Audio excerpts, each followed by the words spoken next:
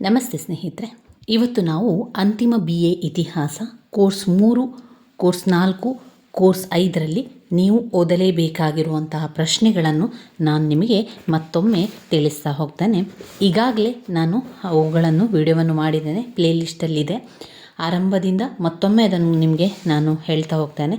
ಮೊದಲನೇದಾಗಿ ಅಂತಿಮ BA ಇತಿಹಾಸ ಕೋರ್ಸ್ 3 ಕರ್ನಾಟಕ ಇತಿಹಾಸ ಮತ್ತು ಸಂಸ್ಕೃತಿಯಲ್ಲಿ ನೀವು ಓದಬೇಕಾಗಿರುವಂತಹ ಪ್ರಶ್ನೆಗಳು. ಬ್ಲಾಕ್ 1ರಿಂದ ವಿಜಯನಗರ ಸಾಮ್ರಾಜ್ಯದ ಮೂಲ ಆಧಾರಗಳು, ಶಾಸ್ತ್ರಾಧಾರಗಳ ಮಹತ್ವಗಳನ್ನು ತಿಳಿಸಿ ಅಂತ ಕೇಳ್ತಾರೆ. ಎರಡನೇದಾಗಿ ಕೃಷ್ಣದೇವರಾಯನ ಜೀವನ ಮತ್ತು ಅವರ ಸಾಧನೆಗಳ ಬಗ್ಗೆ ಕೇಳ್ತಾರೆ. ವಿಜಯನಗರ ಸಾಮ್ರಾಜ್ಯದ ಸಾಂಸ್ಕೃತಿಕ ಕೊಡುಗೆಗಳನ್ನು ಬರೀಲಿಕ್ಕೆ ಕೇಳುವಂಥದ್ದು. ಅದಾದ ನಂತರ ತಾಳಿಕೋಟೆ ಕದನದ ಕಾರಣ ಮತ್ತು ಪರಿಣಾಮಗಳನ್ನು ತಿಳಿಸಿ ಅಂತ ಕೇಳ್ತಾರೆ. ವಿಜಯನಗರ ಸಾಮ್ರಾಜ್ಯದ ಆರ್ಥಿಕ, ಆಡಳಿತ ಹಾಗೆ ಸಾಹಿತ್ಯದ ಕೊಡುಗೆಗಳ ಬಗ್ಗೆ ತಿಳಿಸ್ಲಿಕ್ಕೆ ಹೇಳುವಂಥದ್ದು. ಇವಿಷ್ಟು ಬ್ಲಾಕ್ 1ರಲ್ಲಿ ಓದಲೇಬೇಕಾಗಿರುವಂತಹ ಪ್ರಶ್ನೆಗಳು. ಈ ಎಲ್ಲ ಪ್ರಶ್ನೆಗಳು ರಿಪೀಟ್ ಆಗಿ ಕೇಳಿರುವುದರಿಂದ ಹಳೆಯ ಪ್ರಶ್ನೆ ಪತ್ರಿಕೆಗಳನ್ನು ನೀವು ನೋಡಿಕೊಂಡ್ರೆ ಈ ಎಲ್ಲ ಪ್ರಶ್ನೆಗಳು ಬಂದಿರುವಂತಹ ರಿಪೀಟ್ ಆಗಿ ಬಂದಿರುವಂತಹ ಪ್ರಶ್ನೆಗಳನ್ನಷ್ಟೇ ನಾನು ಗುರುತನ್ನು ಕೂಡ ಹಾಕ್ಕೊಂಡಿರುವಂಥದ್ದು. ಮೊದಲಿಗೆ ನೀವು ಓದಬೇಕಾದರೆ ಈ ಗುರುತು ಹಾಕ್ಕೊಂಡಿರುವಂತಹ ಪದೇ ಪದೇ ಬಂದಿರುವಂತಹ ಪ್ರಶ್ನೆಯ ಉತ್ತರವನ್ನು ಕಲಿತುಕೊಳ್ಳಿ. ಅದಾದ ನಂತರ ನಿಮಗೆ ಸಮಯ ಇದೆ ಅಂತ ಹೇಳಿದ್ರೆ ಇನ್ನುಳಿದಿರುವಂತಹ ಪ್ರಶ್ನೆಗಳನ್ನು ಕೂಡ ನೀವು ಓದ್ಕೊಳ್ಬೋದು. ಬ್ಲಾಕ್ 2ಕ್ಕೆ ಬಂದಾಗ ನೀವು ಓದಲೇಬೇಕಾಗಿರುವಂತಹ ಪ್ರಶ್ನೆಗಳು ಕೆಳದಿ ನಾಯಕರ ಬಗ್ಗೆ, ಹಾಗೆಯೇ ಮಾಗಡಿ ಕೆಂಪೇಗೌಡರ ಸ್ಥಾನ, ಅವರ ಆಡಳಿತದ ಬಗ್ಗೆ ನಾವು ಬರಿತಾ ಹೋಗಬೇಕು. ಅದಾದ ನಂತರ ಚಿಕ್ಕದೇವರಾಯ ಒಡೆಯರ ಸಾಧನೆಗಳನ್ನು ಓದ್ಕೊಳ್ಬೇಕು. ಚಿಕ್ಕದೇವರಾಯನ ಒಡೆಯರ ಸಾಧನೆಗಳು. ಇನ್ನು ಘಟಕ 11 ಹೈದರಾಲಿ ಮತ್ತು ಟಿಪ್ಪು ಸುಲ್ತಾನನ ಸಾಧನೆ. ಹೈದರಾಲಿ ಮತ್ತು ಟಿಪ್ಪು ಸುಲ್ತಾನನ ಸಾಧನೆಗಳನ್ನು ಓದ್ಕೊಳ್ಬೇಕು. ಮಹಾರಾಣಿ ಲಕ್ಷ್ಮಮ್ಮಣ್ಣಿಯವರ ಆಡಳಿತದ ಬಗ್ಗೆ ಕೇಳಿದ್ದಾರೆ, ಹಲವು ಬಾರಿ ಕೇಳಿದ್ದಾರೆ. ಅದು ಮಹಾರಾಣಿ ಲಕ್ಷ್ಮಮ್ಮಣ್ಣಿಯವರ ಆಡಳಿತ, ಲಕ್ಷ್ಮಣ್. ಆಮೇಲೆ ಬ್ಲಾಕ್ 3ರಲ್ಲಿ ನೀವು ಓದಲೇಬೇಕಾಗಿರುವಂಥ ಪ್ರಶ್ನೆಗಳು ದಿವಾನ್ ಪೂರ್ಣಯ್ಯವರ ಆಡಳಿತ, ನಗರದಂಗೆ, ಮಾರ್ಕ್ ಕಬ್ಬನ್ನವರ ಆಡಳಿತದ ಸುಧಾರಣೆಗಳು. ಮಾರ್ಕ್ ಕಬ್ಬನ್ನವರ ಆಡಳಿತ ಸುಧಾರಣೆ ವೆರಿ ಇಂಪಾರ್ಟೆಂಟ್ ಆಗಿರುವಂಥ ಪ್ರಶ್ನೆ. 15 ಅಂಕಕ್ಕೆ 10 ಅಂಕಕ್ಕೆ ಪದೇ ಪದೇ ಕೇಳಿರುವಂತಹ ಪ್ರಶ್ನೆ ಮಾರ್ಕ್ ಕಬ್ಬನ್ನವರ ಆಡಳಿತ ಸುಧಾರಣೆ. ಅದಾದ ಮೇಲೆ ಸರ್ ಎಂ ವಿಶ್ವೇಶ್ವರಯ್ಯನವರ ಸೇವೆ, ಸರ್ ಮಿರ್ಜಾ ಇಸ್ಮಾಯಿಲ್ ಅವರ ಸೇವೆಯನ್ನು ಬ್ಲಾಕ್ 3ರಲ್ಲಿ ನೀವು ಓದ್ಕೊಳ್ಬೇಕು. ಇನ್ನು ಬ್ಲಾಕ್ 4ಕ್ಕೆ ಬಂದಾಗ ನವಜಾಗೃತಿಯ ಕಾಲ, ಕನ್ನಡ ಸಾಹಿತ್ಯದ ಬೆಳವಣಿಗೆಯನ್ನು ಓದ್ಕೊಳ್ಬೇಕು. ಲೆಸ್ಲಿ ಮಿಲ್ಲರ್ ಅವರ ವರದಿ, ಹಿಂದುಳಿದ ವರ್ಗಗಳ ಹೋರಾಟ, ಲೆಸ್ಲಿ ಮಿಲ್ಲರ್ ಅವರ ವರದಿಯನ್ನು ಓದ್ಕೊಳ್ಬೇಕು. ಕರ್ನಾಟಕದಲ್ಲಿ ಸ್ವಾತಂತ್ರ್ಯ ಚಳುವಳಿಯ ಲಕ್ಷಣಗಳನ್ನು ಓದ್ಕೊಳ್ಬೇಕು. ಇನ್ನು ಘಟಕ 23ರಲ್ಲಿ ಬಂದಿರುವಂಥ ಎಲ್ಲ ಪ್ರಶ್ನೆ 5 ಅಂಕಕ್ಕೆ 10 ಅಂಕಕ್ಕೆ ತುಂಬಾ ಇಂಪಾರ್ಟೆಂಟ್ ಆಗಿರೋ ಪ್ರಶ್ನೆ. ಮೈಸೂರು ಕಾಂಗ್ರೆಸ್ ಸ್ಥಾಪನೆ, ಶಿವಪುರ ಸತ್ಯಾಗ್ರಹ, ವಿದುರಾಶ್ವತ್ಥ ದುರಂತ, ಈಸೂರು ಪ್ರಕರಣ, ಮೈಸೂರು ಚಳುವಳಿ, ಇದಿಷ್ಟು ಕೂಡ ತುಂಬಾ ಇಂಪಾರ್ಟೆಂಟ್ ಆಗಿರುವಂಥ ಪ್ರಶ್ನೆ. ಆಮೇಲೆ ಕರ್ನಾಟಕದ ಏಕೀಕರಣದ ಬಗ್ಗೆ ಪ್ರಶ್ನೆಗಳು ಬರುವಂಥದ್ದು. ಇವಿಷ್ಟು ಪ್ರಶ್ನೆಗಳು ನಾವು ಅಂತಿಮ BA ಇತಿಹಾಸ ಕೋರ್ಸ್ 3ರಲ್ಲಿ ಓದಬೇಕಾಗಿರುವಂತಹ ಪ್ರಶ್ನೆಗಳು.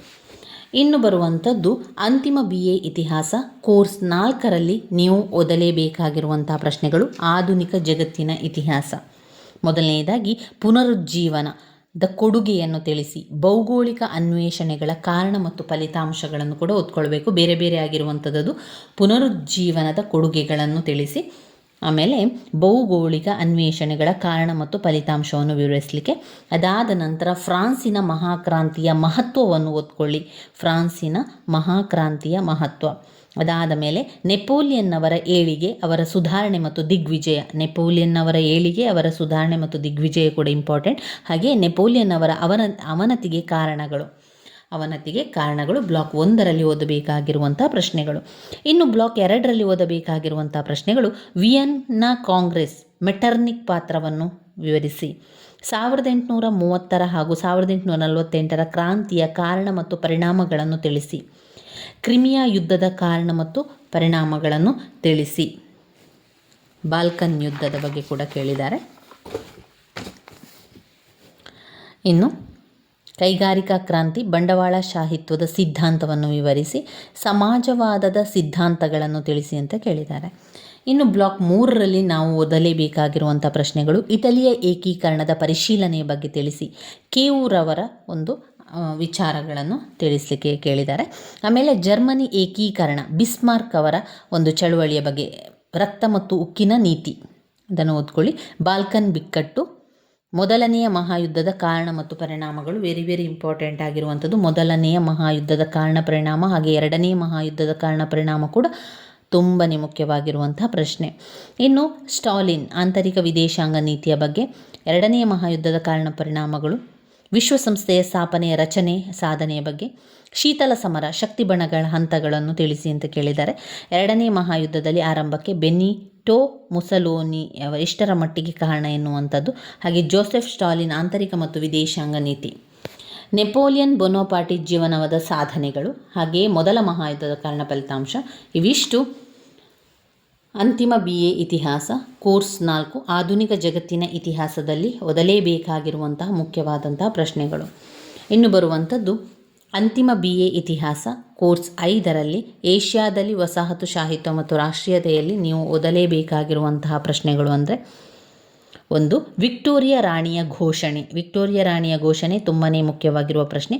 ಅದಾದ ಮೇಲೆ ರಾಷ್ಟ್ರೀಯತೆಯ ಬೆಳವಣಿಗೆಯ ಕಾರಣಗಳು, ರಾಷ್ಟ್ರೀಯತೆಯ ಬೆಳವಣಿಗೆಯ ಕಾರಣಗಳು, ತೀವ್ರಗ್ರಾಮಿಯ ಬೆಳವಣಿಗೆ, ಬಾಲ ಗಂಗಾಧರ್ ತಿಲಕರವರ ಪಾತ್ರವನ್ನು ಓದ್ಕೊಳ್ಬೇಕು. ವಾಲ್ಬಾಗ್ ದುರಂತವನ್ನು ಕೂಡ ಓದ್ಕೊಳ್ಬೇಕು. ಆಮೇಲೆ ಅಸಹಕಾರ ಆಂದೋಲನ ಕಾನೂನುಭಂಗ ಚಳುವಳಿಯ ಬಗ್ಗೆ ಓದ್ಕೊಳ್ಬೇಕು. ಅಸಹಕಾರ ಆಂದೋಲನ ಕಾನೂನುಭಂಗ ಚಳುವಳಿ, ಹಿಂದುಳಿದ ವರ್ಗಗಳ ಚಳುವಳಿ, ಪೆರಿಯಾರ್ ಮತ್ತು BR ಅಂಬೇಡ್ಕರ್ ಅವರ ಬಗ್ಗೆ, ಪೆರಿಯಾರ್ನವರ ಪಾತ್ರವನ್ನು ಕೂಡ ಓದ್ಕೊಳ್ಬೇಕು. BR ಅಂಬೇಡ್ಕರ್ ಅವರ ಪಾತ್ರವನ್ನು ಕೂಡ ಓದ್ಕೊಳ್ಬೇಕು. ಅದಾದ ಮೇಲೆ ಒಡೆದು ಆಳುವ ನೀತಿ, ಮುಸ್ಲಿಂ ಲೀಗ್ ಬಗ್ಗೆ ಓದ್ಕೊಳ್ಳಿ. ಇದು ಬ್ಲಾಕ್ 1ರಲ್ಲಿ ಓದ್ಕೊಳ್ಬೇಕಾಗಿರುವಂಥ ಪ್ರಶ್ನೆಗಳು.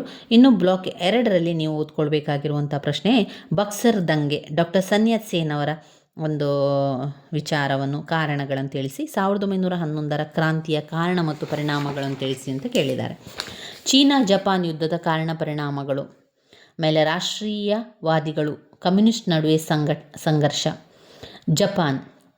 ಜಪಾನ್ ಮಹಾಯುದ್ಧ, 2 ಮಹಾಯುದ್ಧಗಳ ನಡುವಿನ ಜಪಾನ್ ಬಗ್ಗೆ, ಮಿತ್ರ ಪಕ್ಷಗಳ ಆಳ್ವಿಕೆಯ ಬಗ್ಗೆ, ಇಂಡೋನೇಷ್ಯಾದಲ್ಲಿ ರಾಷ್ಟ್ರೀಯತೆಯ ಬೆಳವಣಿಗೆ, ಡಾಕ್ಟರ್ ಸುಕರ್ನೋ ಪಾತ್ರ, ಆಮೇಲೆ ಹೋ ಚಿನ್ ಮಿನ್ ಅವರ ಪಾತ್ರ, 10 ಅಂಕಕ್ಕೆ ಹೋ ಚಿನ್ ಮಿನ್ ಅವರ ಪಾತ್ರ, ಆಧುನಿಕ ಭಾರತದಲ್ಲಿ ವಿಭಜನೆಯ ಸಮಸ್ಯೆ, ಆಧುನಿಕ ಭಾರತದಲ್ಲಿ ವಿಭಜನೆಯ ಸಮಸ್ಯೆ, ಭಾರತ ಸಂವಿಧಾನದ ರಚನೆ, ಡಾಕ್ಟರ್ BR ಅಂಬೇಡ್ಕರ್ ಅವರ ಲಕ್ಷಣ, ಭಾರತ ಸಂವಿಧಾನದ ಲಕ್ಷಣಗಳು ವೆರಿ ವೆರಿ ಇಂಪಾರ್ಟೆಂಟ್ ಆಗಿರುವಂಥದ್ದು.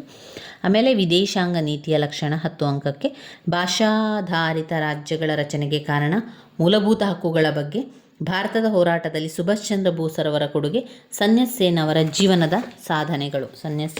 ಜೀವನದ ಸಾಧನೆಗಳು ಓದ್ಕೊಳ್ಬೇಕು. ಮುಖ್ಯವಾಗಿರುವಂಥ ಪ್ರಶ್ನೆಯಾಗಿದೆ ಅದು.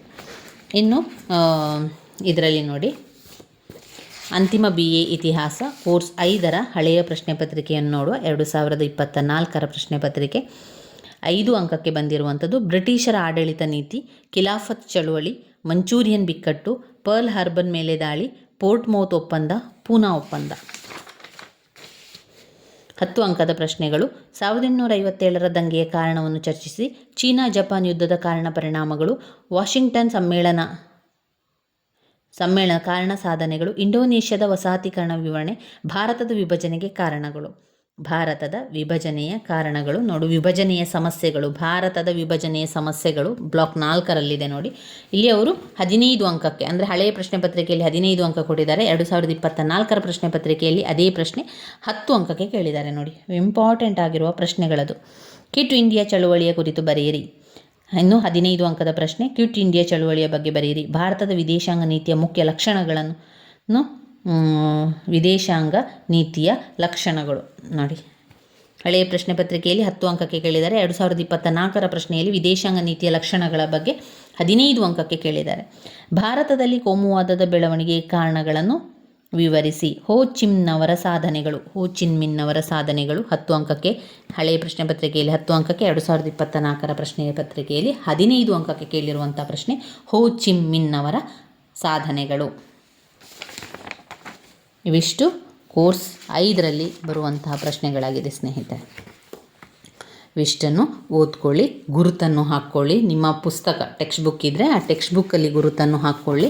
ಒಂದು ವೇಳೆ ಟೆಕ್ಸ್ಟ್ ಬುಕ್ ಇಲ್ಲ ಅಂತಾದರೆ ನಿಮ್ಮ ಪಾಯಿಂಟ್ಸ್ ಬುಕ್ಕಲ್ಲಾದರೂ ನೀವು ಇವೆಲ್ಲ ಪ್ರಶ್ನೆಗಳನ್ನು ಬರ್ಕೊಳ್ಳಿ. ಇನ್ನು 2024ರ ಹಳೆಯ ಪ್ರಶ್ನೆ ಪತ್ರಿಕೆ ನೋಡಿದರೆ ಇದು ಕೋರ್ಸ್ 4 ಅಂತಿಮ BA ಇತಿಹಾಸ ಕೋರ್ಸ್ 4ರಲ್ಲಿ ಬಂದಿರುವಂತಹ ಪ್ರಶ್ನೆಗಳನ್ನು ನೋಡ್ತಾ ಹೋಗುವ.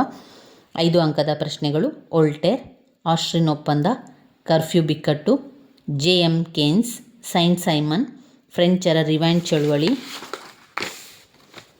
ನೆಪೋಲಿಯನ್ ಬೊನಪಾರ್ಟೆಯವರ ಸುಧಾರಣೆಗಳು ಮೌಲ್ಯೀಕರಿಸಿ, ಕ್ರಿಮಿಯಾ ಯುದ್ಧದ ಕಾರಣ ಪರಿಣಾಮ, ಇಟಲಿಯ ಏಕೀಕರಣಕ್ಕೆ ಮ್ಯಾಜಿನಿಯವರ ಕೊಡುಗೆ, ಎರಡನೇ ಮಹಾಯುದ್ಧಕ್ಕೆ ಕಾರಣವಾದ ಅಂಶಗಳು, 1871 ನಂತರ ವರ್ಷಗಳಲ್ಲಿ ಜರ್ಮನಿಯಾದ ಭೌತಿಕ ಪ್ರಗತಿಯ ಕುರಿತು ಬರೆಯಿರಿ. ಇನ್ನು 15 ಅಂಕದ ಪ್ರಶ್ನೆ. ಶೀತಲ ಯುದ್ಧದ ಮುಖ್ಯ ಹಂತಗಳನ್ನು ಪರಿಶೀಲಿಸಿ, ಬರ್ಲಿನ್ ಸಮಾವೇಶಕ್ಕೆ ಕಾರಣವಾದ ಘಟನೆಗಳು, ಪುನರುಜ್ಜೀವನದ ಕಾರಣಗಳನ್ನು ಚರ್ಚಿಸಿ, ವಿಯೆನ್ನಾ ಕಾಂಗ್ರೆಸ್ನಲ್ಲಿ ಮೆಟರ್ನಿಕ್ ಪಾತ್ರವನ್ನು ವಿವರಿಸಿ. ಇವಿಷ್ಟು ನಮ್ಮ ಬ್ಲಾಕ್ 4ರಲ್ಲಿ ಬಂದಿರುವಂತಹ ಪ್ರಶ್ನೆಯಾಗಿದೆ.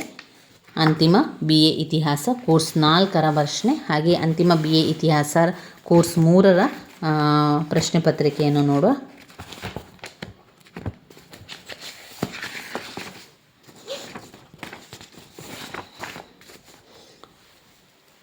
ಕೋರ್ಸ್ 3ರ ಪ್ರಶ್ನೆ ಪತ್ರಿಕೆ. 1ನೇ ಬುಕ್ಕರಾಯ, ಅಷ್ಟದಿಗ್ಗಜರು, 1782 ಶ್ರೀರಂಗಪಟ್ಟಣ ಒಪ್ಪಂದ, ಪ್ರಜಾಪ್ರತಿನಿಧಿ ಸಭೆ, ಈಸೂರು ದುರಂತ, ಡಾಕ್ಟರ್ NS ಹರ್ಡಿಕರ್. 10 ಅಂಕದ ಪ್ರಶ್ನೆ. ವಿಜಯನಗರದ ಇತಿಹಾಸದ ಅಧ್ಯಯನಕ್ಕೆ ಸಾಹಿತ್ಯಾಧಾರಗಳನ್ನು ವಿವರಿಸಿ, ತಾಳಿಕೋಟೆ ಕದನದ ಕಾರಣ ಮತ್ತು ಪರಿಣಾಮಗಳನ್ನು ಚರ್ಚಿಸಿ, ಕೆಳದಿ ಶಿವಪ್ಪ ನಾಯಕನ ಆಳ್ವಿಕೆಯ ಮಹತ್ವವನ್ನು ವಿವರಿಸಿ, 1830ರ ನಗರ ದಂಗೆಯನ್ನು ಚರ್ಚಿಸಿ, ಮೈಸೂರು ಸಂಸ್ಥಾನಕ್ಕೆ ದಿವಾನ್ M ವಿಶ್ವೇಶ್ವರಯ್ಯನವರ ಸೇವೆಯನ್ನು ಮೌಲ್ಯೀಕರಿಸಿ, ವಿದುರಶ್ವತ್ವ ಧ್ವಜ ಸತ್ಯಾಗ್ರಹದ ಪ್ರಾಮುಖ್ಯತೆಯನ್ನು ಪರಿಶೀಲಿಸಿ. ಇವು 10 ಅಂಕದ ಪ್ರಶ್ನೆಗಳು. ನಾವು 3ಕ್ಕೆ ಉತ್ತರವನ್ನು ಬರಿಬೇಕಾಗಿರುವಂಥದ್ದು. ಇನ್ನು 15 ಅಂಕದ ಪ್ರಶ್ನೆ. ವಿಜಯನಗರ ಸಾಮ್ರಾಜ್ಯದ ಆಡಳಿತ ಪದ್ಧತಿ, ದಿವಾನ್ ಪೂರ್ಣಯ್ಯನವರ ಜೀವನ ಮತ್ತು ಮೈಸೂರು ಸಂಸ್ಥಾನಕ್ಕೆ ಅವರ ಕೊಡುಗೆಯನ್ನು ಬರೆಯಿರಿ. ಮಾರ್ಕ್ ಕಬ್ಬನ್ನವರ ಕಾಲದ ಮೈಸೂರು ಸಂಸ್ಥಾನದ ಆಡಳಿತ ಪುನರ್ ಸಂಘಟನೆಯನ್ನು ವಿವರಿಸಿ, ಕರ್ನಾಟಕದ ಏಕೀಕರಣ ಚಳವಳಿಯ ಕುರಿತು ವಿವರಿಸಿ ಎನ್ನುವಂಥದ್ದು. ಇವಿಷ್ಟು ಕೋರ್ಸ್ 3ರಲ್ಲಿ ಬಂದಿರುವಂಥ ಪ್ರಶ್ನೆಗಳಾಗಿದೆ. ನೀವು ಇದನ್ನೆಲ್ಲ ಕೂಡ ಓದ್ಕೊಳ್ಳಿ, ಇದನ್ನೆಲ್ಲ ಗುರುತನ್ನು ಹಾಕ್ಕೊಳ್ಳಿ, ನಂತರ ಪಾಯಿಂಟ್ಸನ್ನು ಬರ್ಕೊಳ್ಳಿ. ಪಾಯಿಂಟ್ಸನ್ನು ಬಾಯ್ಪಾಠ ಮಾಡಿ ಆದರೂ ಕಲಿಯಿರಿ ಸ್ನೇಹಿತರೆ. ತುಂಬಾ ಮುಖ್ಯವಾಗಿರುವಂಥ ಪ್ರಶ್ನೆಗಳು. ನನ್ನ ವೀಡಿಯೋಸ್ ಎಲ್ಲ ನಿಮಗೆ ಇಷ್ಟ ಆಗಿದ್ದರೆ ಲೈಕ್ ಕೊಡಿ, ಶೇರ್ ಮಾಡಿ, ಸಬ್ಸ್ಕ್ರೈಬ್ ಮಾಡಲಿಕ್ಕೆ ಮರಿಬೇಡಿ. ಧನ್ಯವಾದಗಳು.